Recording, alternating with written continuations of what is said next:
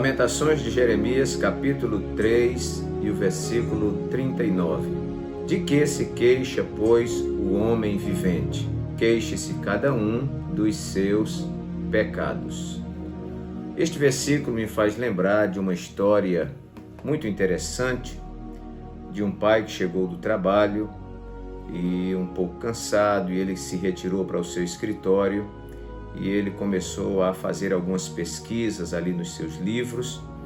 E ele tinha um garotinho assim pequeno. O garotinho, quando viu o pai chegar, correu, foi atrás do pai e ficou tentando brincar com o pai no escritório. E o pai tinha alguns trabalhos para fazer, algumas pesquisas, alguns livros para ler, e ele não podia dar atenção ao filho. Aí ele achou um quebra-cabeça de um mapa mundi.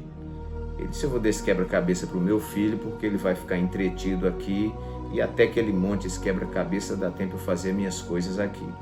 Aí entregou aquele mapa, em forma de quebra-cabeça, a princípio difícil de montar, e entregou para aquela criança e voltou para o seu trabalho.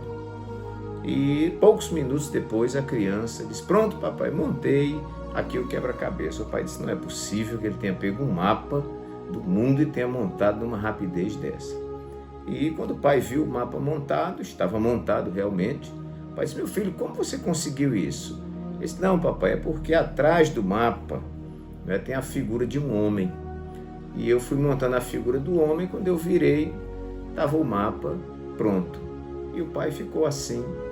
E essa ilustração ela é muito interessante, porque a gente hoje vai falar sobre consertando o mundo. E nós sabemos que o mundo pode ser consertado a partir do homem.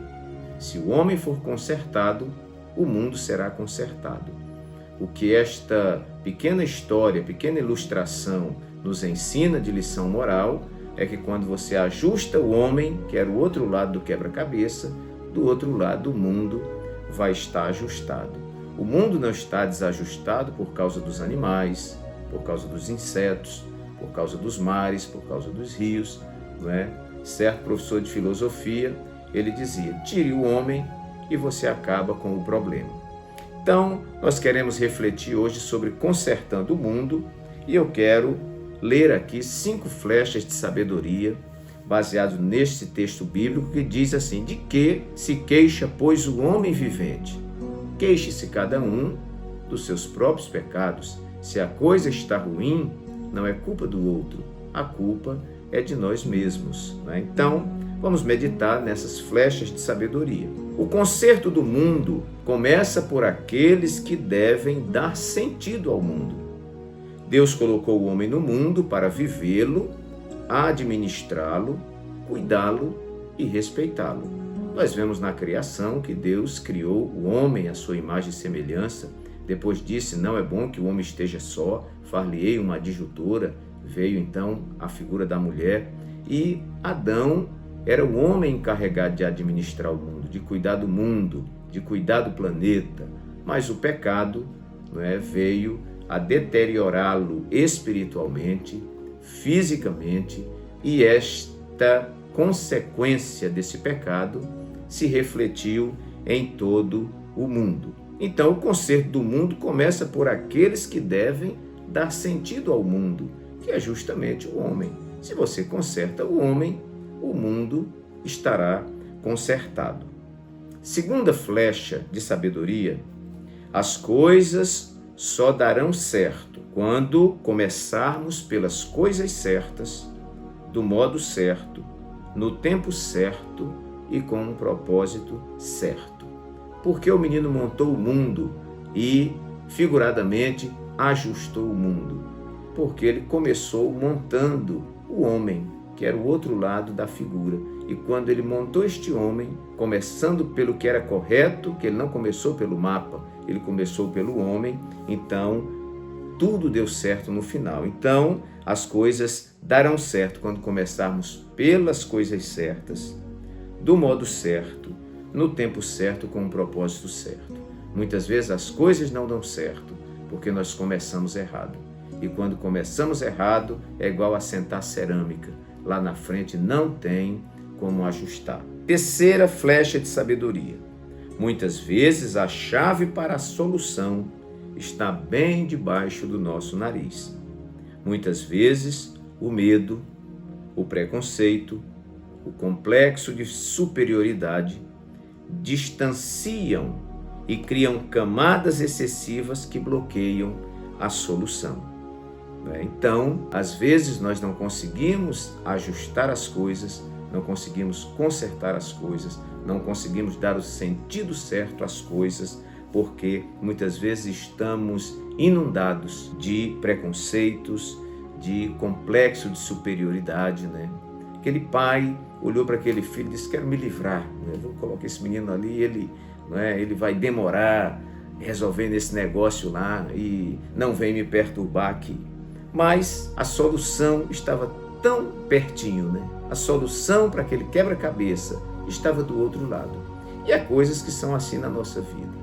Nós estamos muitas vezes buscando coisas que estão longe, estamos muitas vezes trabalhando áreas extremamente complexas, quando a solução ela está a partir de coisas muito simples. Então nos livremos do preconceito, dos complexos de superioridade que, como diz o texto, nos distanciam e criam camadas excessivas que bloqueiam a solução, que de repente era tão simples.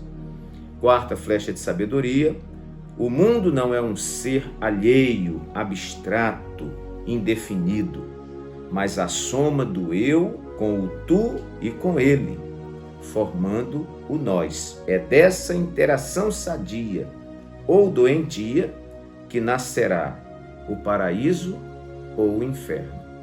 Esta interação entre as pessoas, né, no mundo em que nós vivemos, se ela é uma interação sadia, nós criamos o céu.